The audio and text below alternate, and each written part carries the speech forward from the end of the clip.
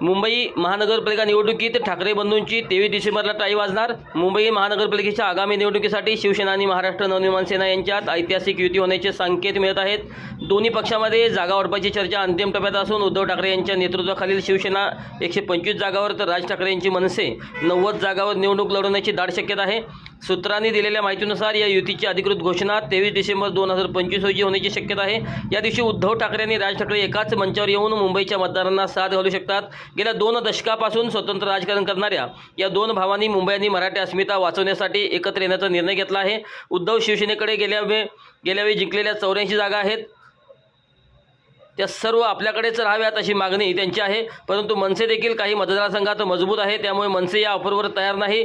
यामुळे या भागातील मतदारसंघ वाटले जाणार आहेत। शिवाय काँग्रेस येणार नसली तरी शरद पवार राष्ट्रवादी सोबत आली तर यांच्यासाठी 10 ते 15 जागा सोडाव्या लागणार आहेत। राजकीय समीकरणे बदलणार। एकीकडे भाजप आणि एकनाथ शिंदे यांची शिवसेना महायुतीच्या वाटणीत एकमेकांचे पाय खेचत आहेत। भाजपाने शिंदे शिवसेनेला 50 जागांवर लढण्याची ऑफर दिली आहे, तर शिंदेंना 100 पेक्षा जास्त जागा हव्या आहेत।